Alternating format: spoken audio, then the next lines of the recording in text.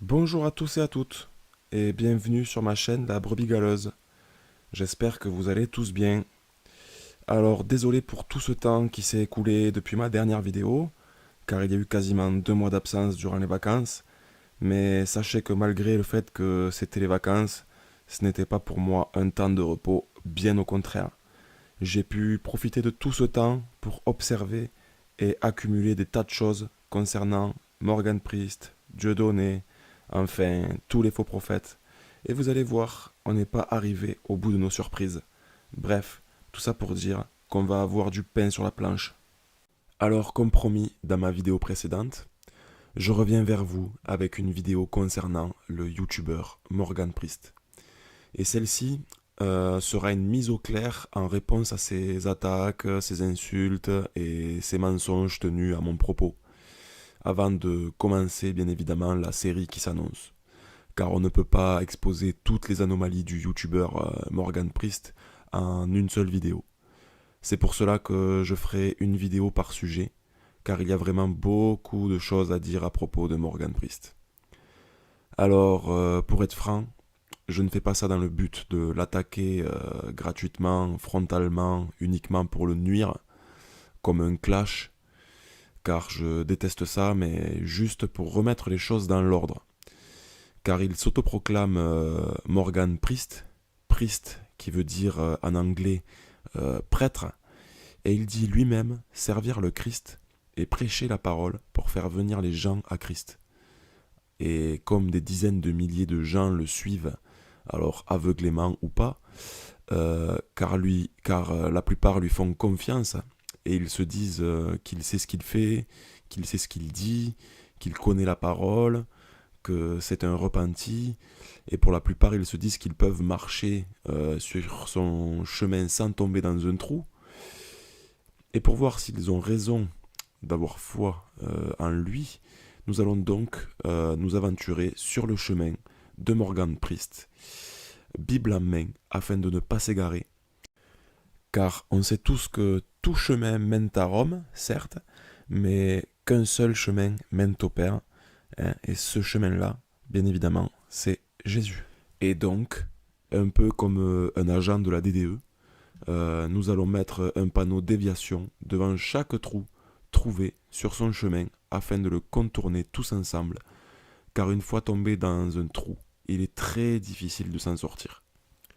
Pour être franc, si je fais ça, c'est bien évidemment sans prétention, mais uniquement parce que ça nous est demandé. Dans 1 Jean, chapitre 4, verset 1, je lis « Bien-aimés, n'ajoutez pas foi à tout esprit, mais éprouvez les esprits, pour savoir s'ils sont de Dieu, car plusieurs faux prophètes sont venus dans le monde. » Donc voilà le but de cette série qui arrivera très prochainement, sera donc bien évidemment de éprouver l'esprit de Morgan Priest afin de savoir s'il vient de Dieu, hein, pour ne pas tomber dans le piège d'un faux prophète. Et pour cela, nous allons trancher avec l'épée de l'esprit qui est la parole de Dieu, comme on nous le dit dans Éphésiens 6, verset 17. Et ensuite, nous prendrons aussi Jean, chapitre 7, verset 24, qui nous dit « Ne jugez pas selon les apparences, mais jugez selon la justice ». Un verset que Morgan Priest se sert pour se défendre de sa culture gothique, mais regardez à qui l'on a affaire en regardant Lévitique, chapitre 19, du verset 26 à 28. « Vous ne mangerez rien avec du sang ». Alors là, je vous invite à faire une petite recherche sur son Facebook et vous verrez que dans toutes ses photos, la seule où il mange, c'est celle-ci. Et regardez bien ce qu'il dit. Barbecue, ma viande sera sanglante, c'est-à-dire pleine de sang. C'est quand même étrange que la seule photo où il nous montre qu'il va manger quelque chose, il nous annonce que ça va être sanglant. Ah, t'es là? Je t'ai pas vu, j'étais en train de boire mon sang dans ma super tasse, t'as vu? Elle est belle, hein?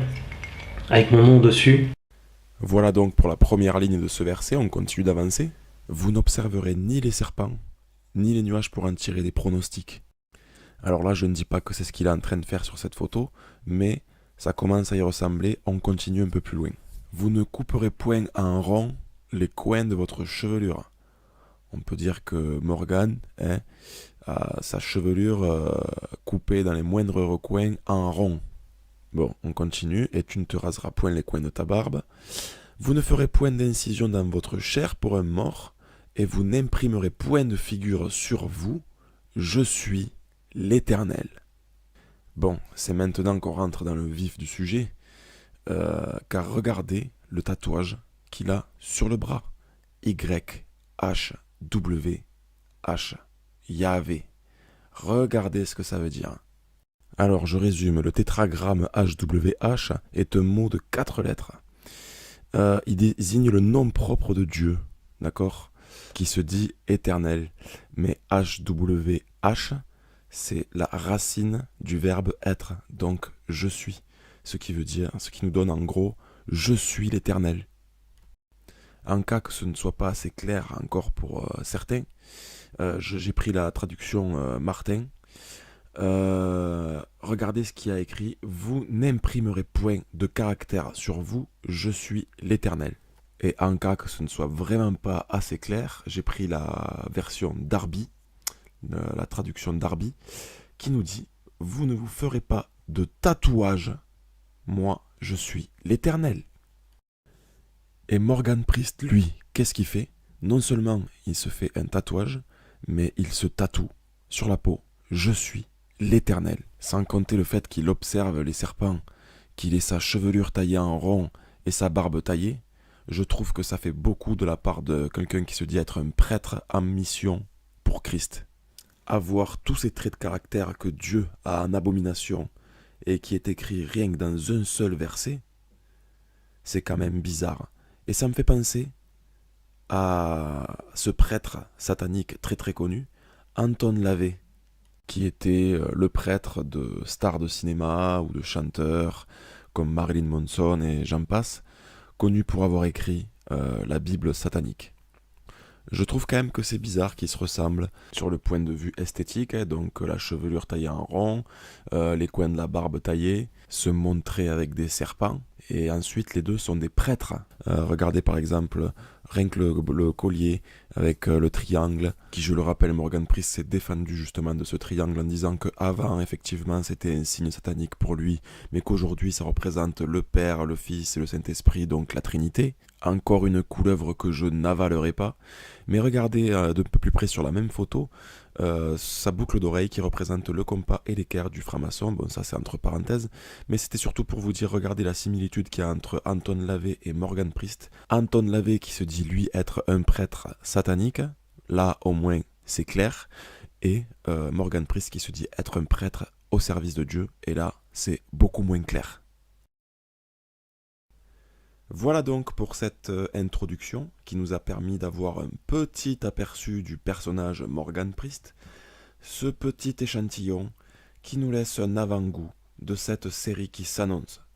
Mais pour cette fois-ci, dans cette vidéo, je vais répondre à Morgan et mettre les choses au clair pour partir sur de bonnes bases. Alors, pour ceux qui ne me connaissent pas et qui n'ont pas suivi mes vidéos, pour vous expliquer en quelques lignes ma démarche, j'essaye de vous démontrer que la sphère dissidente qui se dit marcher pour Dieu le Père, marche en réalité pour le Dieu Ra, qui, entre parenthèses, est aussi le Dieu des francs-maçons. Je tente en même temps de vous prouver que Satan se cache derrière le Dieu Ra, à travers des détails, des faits et des versets bibliques. Voilà ma démarche depuis le départ. Maintenant donc, observez comment Morgan Priest agit à propos du dieu Ra, juste avant de parler de moi. Le pire, c'est l'œil d'Horus au-dessus de la déclaration des droits de l'homme et personne ne veut le voir. En soi, c'est pas vraiment l'œil d'Horus, c'est-à-dire l'œil du dieu égyptien, du dieu Ra, du dieu, un dieu, cacahuète, c'est rien, il n'existe pas, c'est juste une légende. Alors, vous avez entendu ce qu'il vient de dire? Il vient de nous dire que le dieu Ra n'est même pas un dieu, c'est des cacahuètes. C'est rien, ça n'existe pas, c'est juste une légende. Et s'il nous dit tout ça, c'est juste de façon à ce qu'on ne prenne pas au sérieux mes analyses à propos du dieu Ra, qui, comme je vous le rappelle à chaque fois, il est lui-même le dieu des ténèbres, Satan. Car dans ma vidéo précédente, je dis que Morgan Priest est au service du dieu Ra. Alors, avant de parler de moi, il veut d'abord nous faire croire que le dieu Ra, Satan, n'existe pas. Ça me fait penser, d'ailleurs, à cette fameuse citation de Charles Baudelaire qui dit « La plus belle ruse du diable est de nous persuader qu'il n'existe pas ». C'est pour cela que Morgan Priest prend soin de vouloir nous mettre dans le cerveau que le dieu Ra est une cacahuète. Mais moi, je vais vous montrer que ce qui se cache dans ces cacahuètes, c'est uniquement le démon en personne, et vous verrez que Morgan Priest le sait pertinemment. Mais lui, il vous dira que...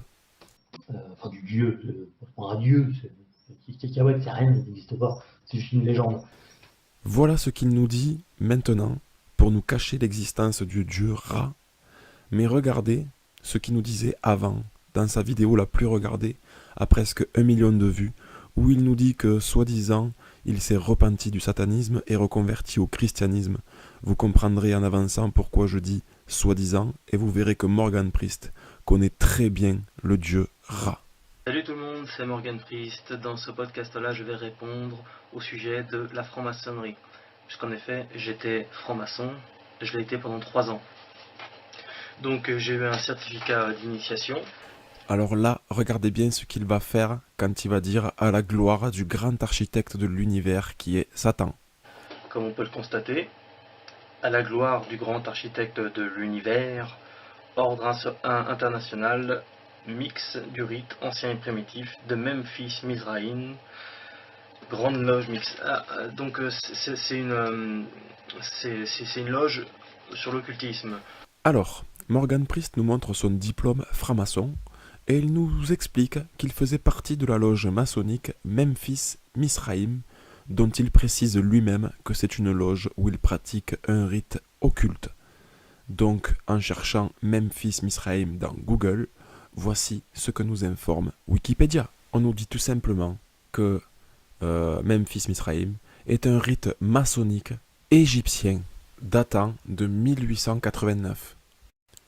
Et dans Google Images, nous avons les photos de l'intérieur de ces loges où nous voyons derrière, sur la fresque, le dieu Ra. Continuons à regarder un peu plus près encore sur Google Images ce que nous pouvons trouver. Et regardez ici sur cette image, vous avez là 2 devises. Ordo Abkao, que je vous le rappelle dans le symbole du 33e degré, le degré le plus haut de la franc-maçonnerie, là où on vous apprend qui est le dieu des francs-maçons, il y a là aussi la devise Ordo Abkao, et vous avez une deuxième devise, Deus Mumc Jus. Alors, je ne sais pas si ça se dit comme ça, mais on peut lire ça. Alors, Ordo Abkao, on sait ce que ça veut dire, on sait que ça veut dire l'ordre par le désordre, mais Deus Mumc Jus, on ne sait pas ce que c'est, donc on va aller voir sur le site gadlu.info, un site de francs-maçons tenu par des francs-maçons, je tiens à le préciser. On nous dit qu'ils ont 2 devises, Ordo Abkao et Deus Mumc Jus, qui veut dire Dieu est mon droit en latin. Le et de est mon droit, c'est pas EST, c'est ET. Faire attention. Bref. Alors, cette fameuse loge Memphis et Mizraïm a donc pour devise 2 devises, Ordo Abkao et Deus Mumc Jus en latin et en français, qui se traduit donc par l'ordre par le désordre et Dieu est mon droit. Voyons ce que nous enseignent les francs-maçons dans leurs notes rendues publiques sur leur propre site, l'édifice.net. Alors, on nous dit que les Égyptiens vénéraient une multitude de dieux et que parmi ces dieux, le plus grand dieu était Ra. On nous dit que Ra était un dieu funéraire et qui prenait des fonctions solaires pour éclairer le monde souterrain. Donc là, c'est pas les dieux du ciel, c'est les dieux du souterrain. Et là, alors là, écoutez bien et lisez bien pour que ça rentre dans votre boîte crânienne, car là, vous allez voir, c'est clair, net et précis. Le dieu solaire Ra, qui remet l'ordre à la place du chaos, Ordo Abkao. D'accord, maintenant vous savez qui est le dieu Ordo Abkao, c'est le dieu solaire Ra. C'est le premier jour de la genèse égyptienne, le chaos entendu comme les ténèbres. Voilà donc ce que nous enseignent les francs-maçons de la loge égyptienne Memphis Misraïm, là où a été initié le youtubeur Morgan Priest, je le rappelle. Voilà ce qu'il fallait retenir. C'est que tous les francs-maçons ont pour devise Ordo ab Chaos. Et on vient de lire dans une note de franc-maçon sur le site internet l'édifice.net que cette devise appartient au dieu solaire Ra. Ra considéré comme le plus grand dieu égyptien par les francs-maçons. Maintenant, pourquoi j'insiste sur le fait que le dieu Ra est Satan en personne? Pour comprendre, il faut jeter un œil dans les écrits bibliques et en parallèle observer les écussons et les blasons des francs-maçons. Et pour ne pas s'égarer du sujet de base qui est Morgan Priest, nous allons donc rester focalisés sur la loge Memphis et Misraïm, dans laquelle il a été initié pendant 3 ans, je vous le rappelle. Et puis, petite info qui nous vient du frère André Saloum, à savoir que Memphis est une grande ville égyptienne de l'Antiquité, et Misraïm, dans la Bible, c'est le fils de Cham, qui est l'ancêtre des Égyptiens, tout simplement. Alors avant de commencer, je vais d'abord m'adresser à tous les internautes qui écoutent cette vidéo. C'est vraiment important que vous regardez cette vidéo en entier, car vous allez voir, une fois que j'aurai décortiqué les détails des écussons et des blasons de la loge de Morgan grâce à la Bible, je vous montrerai à quel point Morgan se moque de vous à travers des photos postées sur son Facebook, où il laisse exprès des messages dans l'imagerie qui font référence au dieu Ra, Satan. Et à ce moment-là, vous comprendrez pourquoi il veut nous faire croire que Ra n'existe pas. C'est parti, on y va. On prend la Bible à Ésaïe 14, verset 12. Te voilà tombé du ciel, astre brillant. Comme vous pouvez le voir sur cette première image de la loge Memphis Misraïm, qui considère Ra comme leur dieu, il est représenté sous la forme d'un astre brillant. Et là, pour info, je vous montre plusieurs versets bibliques qui parlent de Satan, et vous verrez qu'il a plusieurs surnoms, tels que l'astre brillant. On continue avec les surnoms de Satan pour comprendre l'imagerie de cette loge. Alors là, regardez au verset 9. « Et il fut précipité le grand dragon, le serpent ancien, appelé le diable et Satan, celui qui séduit toute la terre. » Alors là, on change de représentation de la loge de Morgan. Regardez bien, on est toujours sur Memphis et Misraïm. Souvenez-vous du surnom de Satan, le serpent ancien, appelé le diable et Satan, celui qui séduit toute la terre. Et maintenant, regardez comment est représenté leur dieu Ra tout en haut de cette image. Le serpent ancien, appelé Satan le diable, qui entoure toute la terre. Et regardez sur les représentations de Ra, on est forcé de constater que lui aussi a le serpent au-dessus de la tête qui entoure tout entier un soleil. Le soleil qui est bien évidemment un astre brillant. Maintenant, on revient à Ésaïe 14, verset 12. Te voilà tombé du ciel, astre brillant. Et regardez au verset 13, c'est Jésus qui s'adresse directement à Satan et qui lui dit « Tu disais en ton cœur, je monterai au ciel et j'élèverai mon trône au-dessus des étoiles de Dieu. » Et là, regardez bien sur l'image, le serpent ancien, Satan, le diable, le dieu Ra, est au-dessus des étoiles de Dieu. Et il enchaîne en disant « Je monterai sur le sommet des nues, je serai semblable au Très-Haut. » Et c'est pour ça que, sur la même image, vous retrouvez l'échelle.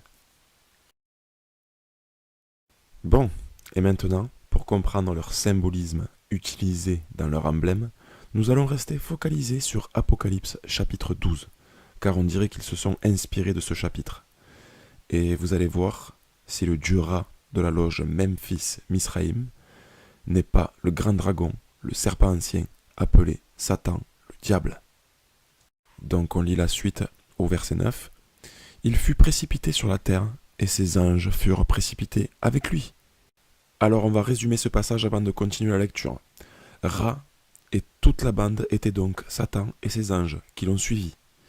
Nous savons que les Égyptiens vénéraient des dieux qui vivaient sur la terre, et nous avons lu que les seules divinités qui ont été précipitées sur terre, c'est Satan et ses anges. Et nous avons vu que le but de Satan était d'élever son trône au-dessus des étoiles de Dieu et qui voulait être semblable au Très-Haut, et on a vu que c'est celui qui séduit toute la terre. Il a donc séduit le peuple égyptien en se faisant passer pour Dieu, lui et ses anges.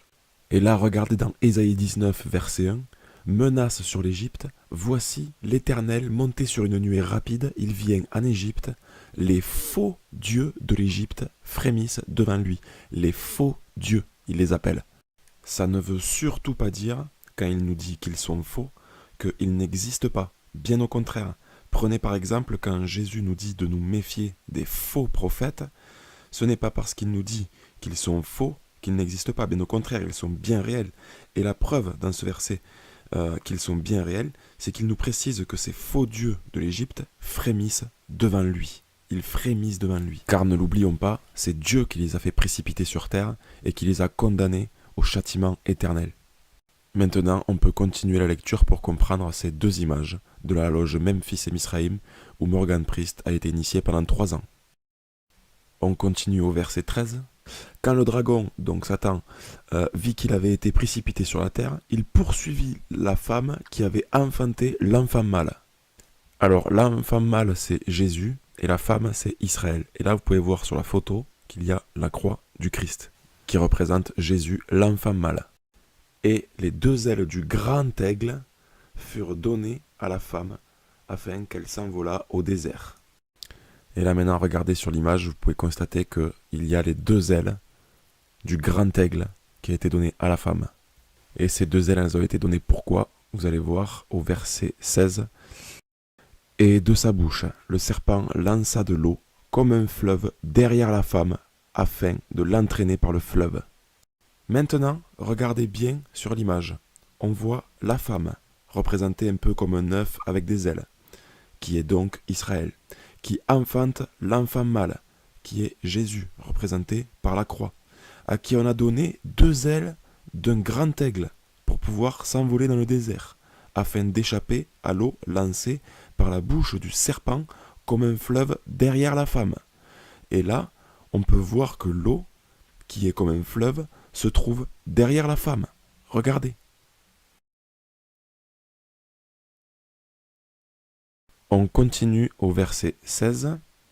Et la terre secourut la femme, et la terre ouvrit sa bouche et engloutit le fleuve que le dragon avait lancé de sa bouche. Et le dragon fut irrité contre la femme, et il s'en alla faire la guerre au reste de sa postérité, à ceux qui gardent les commandements de Dieu et qui ont le témoignage de Jésus. Donc, en conclusion, le serpent a donc raté la femme et l'enfant mâle, qui voulaient noyer par un fleuve, ce qui va l'irriter, c'est-à-dire l'énerver fortement. Donc, il va faire la guerre à sa postérité, qui garde les commandements et le témoignage de Jésus, c'est-à-dire les chrétiens. Alors, on comprend donc, dans l'imagerie de cette loge maçonnique dans laquelle Morgan Priest a fait son initiation pendant 3 ans, qu'ils sont du côté du dieu Ra, Satan, pour faire la guerre aux chrétiens. Et pour que les ténèbres s'éclaircissent encore plus, on va de nouveau jeter un œil sur cette image de la loge Memphis Misraïm, qui ne fait que confirmer ce que je viens de vous exposer. Regardez. Bon, tout en haut, au-dessus de tout, nous avons l'astre brillant. Et en dessous, regardez, nous voyons un livre ouvert, qui est sûrement la Bible. Et regardez devant cette Bible, nous voyons une épée, qui, je vous le rappelle dans Éphésiens 6, verset 17, l'épée représente la parole de Dieu. Mais regardez, qu'est-ce qui vient faire face à l'épée? Un spectre, mais ce n'est pas n'importe lequel. Observez la forme de ce spectre en haut à droite. Vous voyez comment il est? Et maintenant, regardez celui tenu par les faux dieux égyptiens.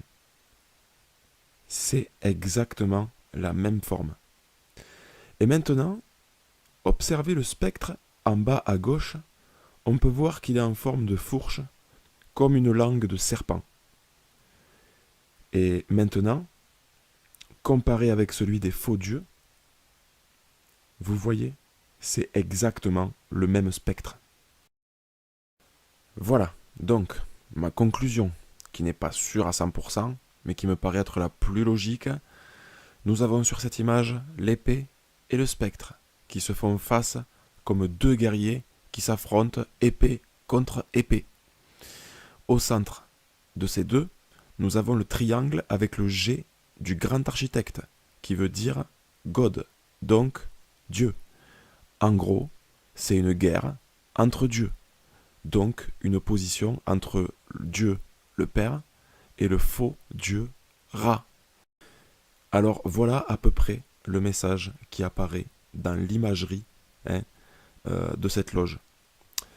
C'est que le but réel des maçons de Memphis et Misraïm, c'est de faire la guerre aux chrétiens en s'alliant avec Ra, Satan, l'astre brillant. Et pour s'opposer à l'épée de Dieu, ils utilisent le spectre de Ra. Voilà. Et le spectre de Ra, c'est le pouvoir de Ra. Alors, si je dis pouvoir, ce n'est pas pour rien. Je vais vous expliquer tout simplement en regardant dans Luc 4, le fameux passage où Jésus marche dans le désert durant 40 jours où il a été tenté par Satan. Regardez qu'est-ce qu'on nous apprend. Lisons à partir du verset 5. Le diable l'amena sur une haute montagne, à Jésus, et lui montra, en un moment de temps, tous les royaumes du monde. Et le diable lui dit, « Je te donnerai toute cette puissance et leur gloire, car elle m'a été donnée. Et je la donne à qui je veux. Si tu veux donc te prosterner devant moi, tout sera tien. » Alors voilà, on voit que le diable a toute la puissance et toute la gloire sur tous les royaumes du monde, c'est-à-dire sur terre, car elle lui a été donnée. Et la seule façon de l'obtenir, c'est de se prosterner devant lui. Et maintenant, regardez dans 2 Corinthiens, verset 4, le surnom qui lui a été donné.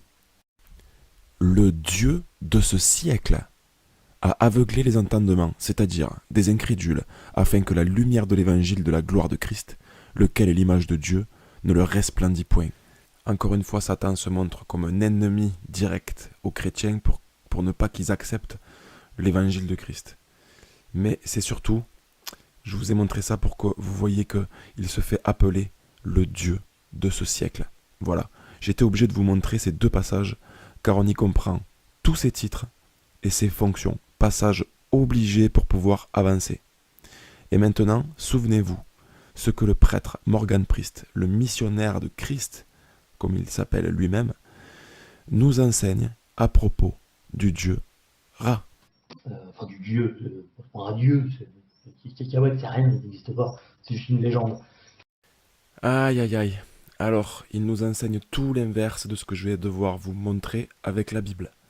Mais surtout, en tant que soi-disant prêtre missionnaire de Christ, un titre qui insinue qu'il croit en la parole de la Bible et qui sert le Christ, il nous dit que c'est une légende, au lieu de vous dire que c'est une vérité, dont nous parle la Bible avec l'histoire du prophète Moïse, et qu'il aurait dû vous montrer les fameux passages dans Exode chapitre 7, où Moïse accomplit les miracles de Dieu devant le pharaon Ramsès II, car c'est dans ces fameux passages que nous voyons à quel point le faux Dieu, Ra, Satan, est capable de faire.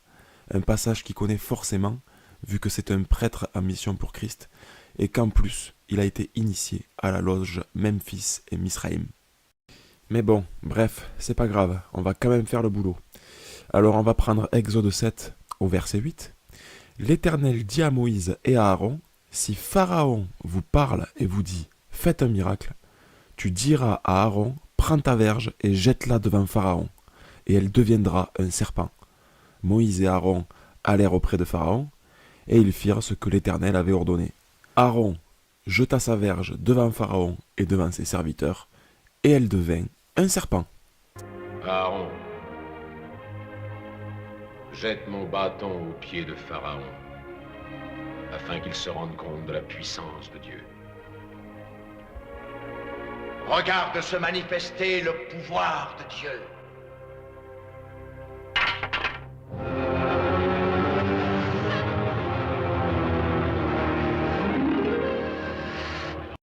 Voilà, ça c'était pour que vous puissiez vous rendre compte du pouvoir de Dieu à travers les miracles de Moïse et Aaron.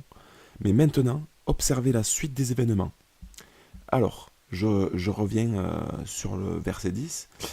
Aaron jeta sa verge devant Pharaon, et devant ses serviteurs, et elle devint un serpent. Et maintenant, regardez le verset 11. Mais Pharaon appela des sages et des enchanteurs et les magiciens d'Égypte. Eux aussi en firent autant par leur enchantement. Ils jetèrent tous leurs verges et elles devinrent des serpents. Ce pouvoir de ton Dieu, n'importe quel magicien le possède. Janès.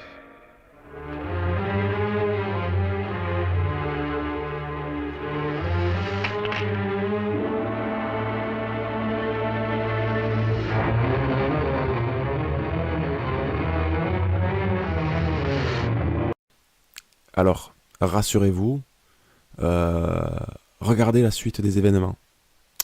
La verge d'Aaron engloutit leur verge.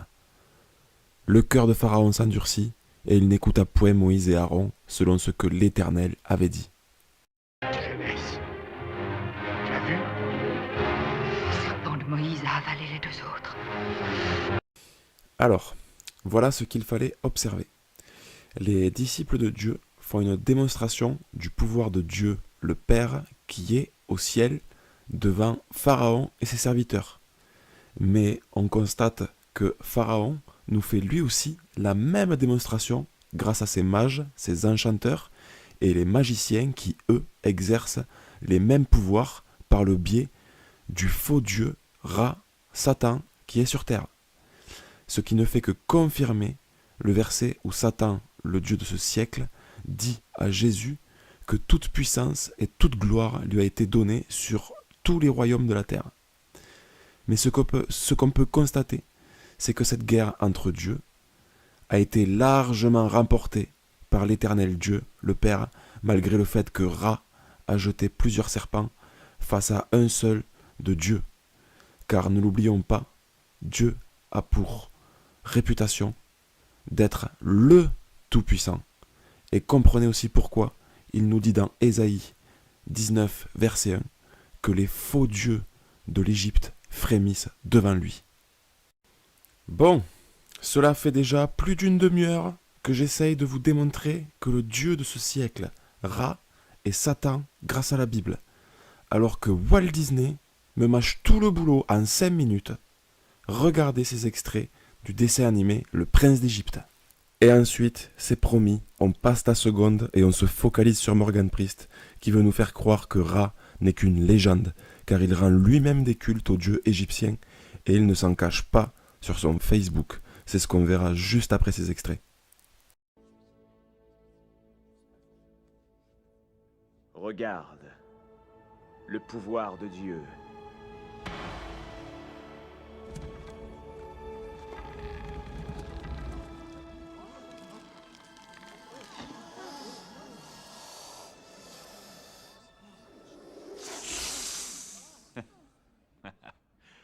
Très impressionnant. Parfait, Moïse. J'entre dans le jeu. Hotep, oui. Donnez à ce charmeur de serpents notre réponse.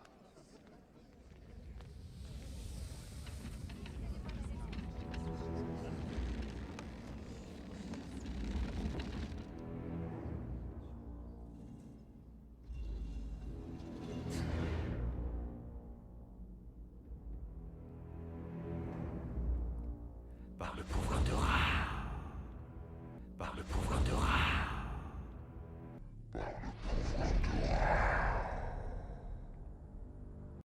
Bon, je ne vais pas vous mettre la chanson en entier parce que là ils allaient chanter, mais si vous voulez aller voir les paroles de la musique, pour ceux à qui ça peut intéresser, vous verrez que dans ces paroles, ça parle explicitement de Satan parce que justement ils nous disent que si jamais on veut être de leur côté, d'abord il faut s'incliner, c'est-à-dire se prosterner. Et le seul Dieu devant qui il faut se prosterner pour avoir tous ses pouvoirs et toute sa gloire, on l'a vu tout à l'heure avec le passage avec Jésus, c'est le Dieu de ce siècle, Satan. Mais sinon, ce que je voulais qu'on retienne de ce passage du dessin animé, Le Prince d'Égypte, c'est que les magiciens du Pharaon imitent le pouvoir du Tout-Puissant en invoquant le dieu Ra. Et vous allez voir, il y a d'autres passages où dans la Bible, les magiciens du Pharaon imitent les miracles de Dieu, et il nous le montre aussi dans le dessin animé, et vous allez voir qui est le faux Dieu invoqué pour imiter le vrai Dieu encore une fois. Alors, on reprend encore à Exode chapitre 7, c'est la suite. Je vous ai surligné en bleu les passages à lire, mais je vais vous résumer. C'est le passage où Dieu demande à Moïse de frapper les eaux du fleuve avec sa verge devant Pharaon, afin qu'elle se transforme en sang. Et une fois qu'il accomplit ce miracle devant Pharaon, on nous dit au verset 22 que les magiciens d'Égypte en firent autant. Et maintenant, regardez dans le dessin animé qui reprend ce passage biblique, quel faux Dieu est invoqué pour imiter le pouvoir de Dieu.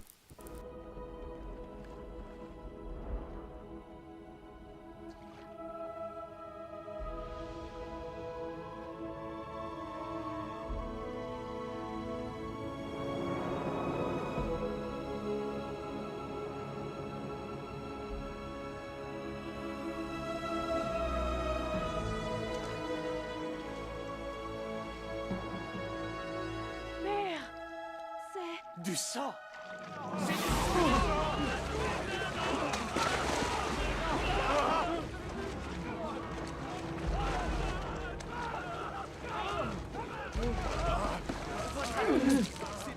Hotep, oui. Je veux une explication. Rassurez-vous, Votre Majesté. Oui, nous allons démontrer la puissance supérieure de nos dieux. Par le pouvoir de Ra.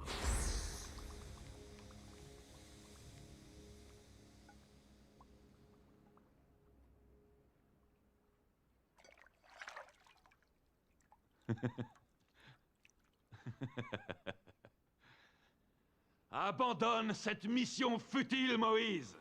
J'ai été trop indulgent avec toi. Tout cela doit cesser maintenant. Voilà, ça c'était pour vous montrer que dans la magie, le faux dieu que l'on invoque, c'est Ra, Satan. D'ailleurs, regardez la couronne du pharaon, c'est un serpent. Et le serpent, on a vu que c'est un surnom de Satan. Mais regardez encore dans un film que tout le monde a déjà vu au moins une fois, c'est le film Les Visiteurs, dans lequel Godefroy et Jacouille font appel à un magicien enchanteur pour voyager dans le temps. Et cet enchanteur prononce une formule magique. Écoutez-la, et ensuite, après, on se focalise sur le youtubeur Morgan Priest.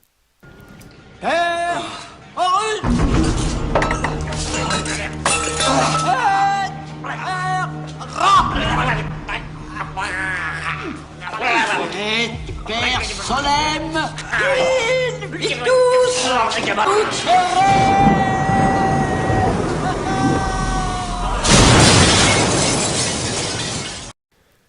Alors, vous avez entendu?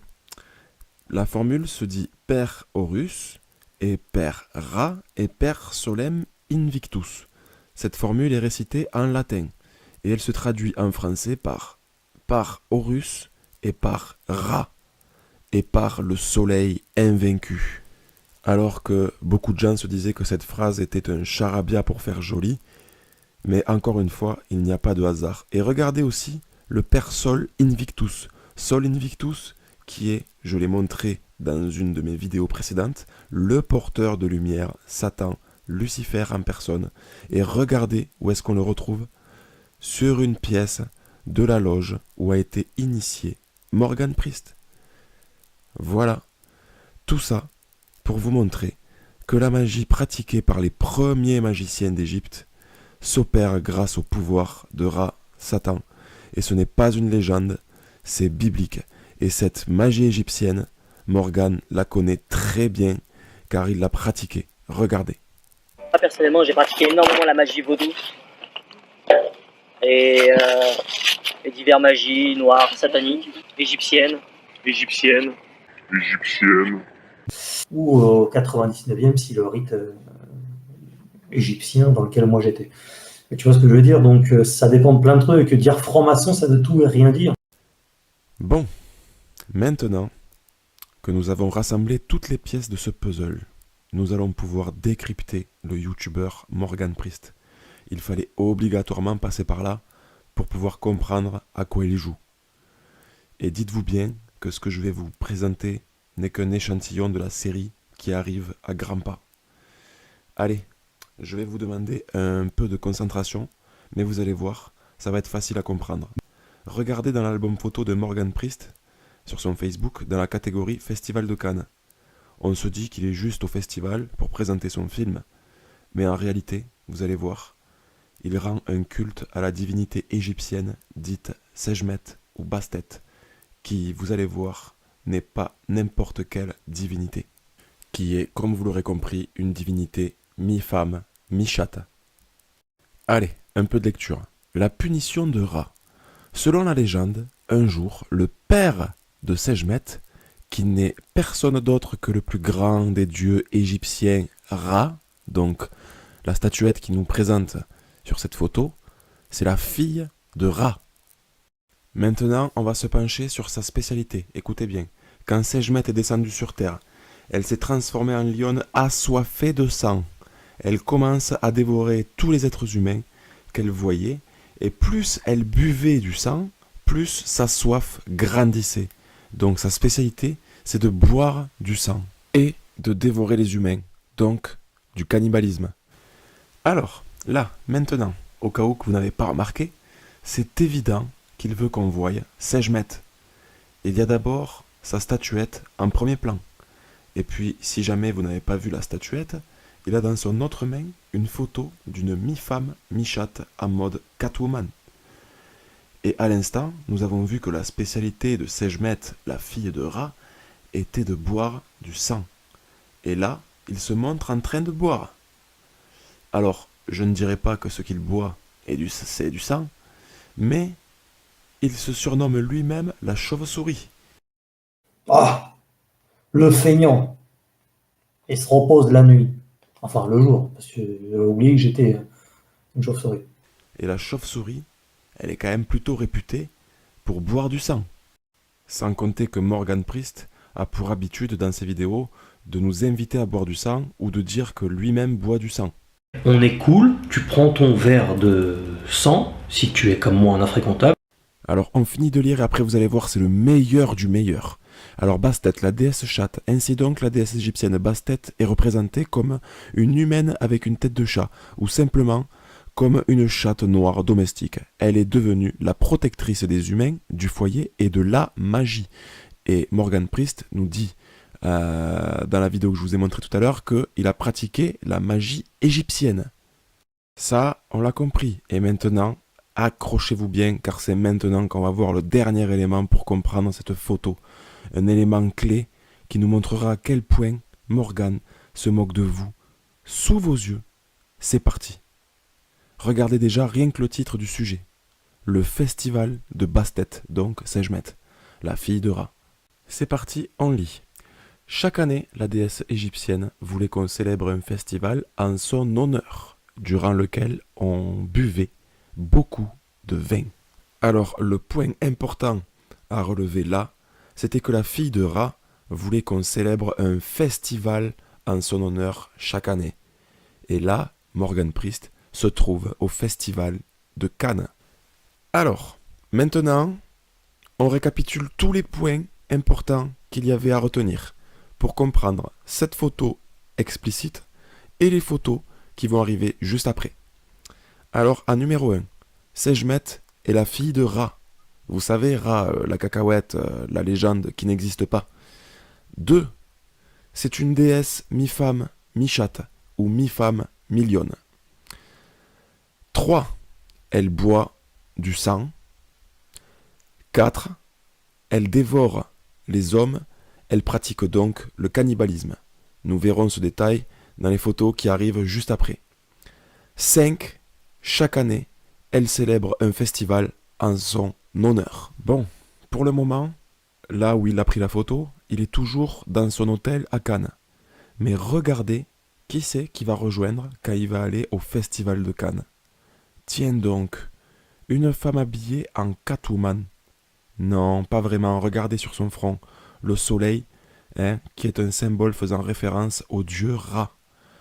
Comme vous pouvez aussi le voir sur une représentation de la déesse, qui a elle aussi le soleil au-dessus. Et en plus, entre parenthèses, au cas où vous n'auriez pas remarqué, regardez la main de Morgan Priest, il nous a mis sa belle petite bague de franc-maçon, que c'est mignon. C'est donc une femme déguisée en Sekhmet ou Bastet. On voit donc là que le youtubeur Morgan Priest est en train de rendre un culte à la fille de Ra en participant à ce festival en 2012. Et puis on constate aussi que l'année précédente, il était aussi accompagné de cette mi-femme, mi-chatte. Ça commence à faire beaucoup de détails tout ça, vous ne trouvez pas? Regardez.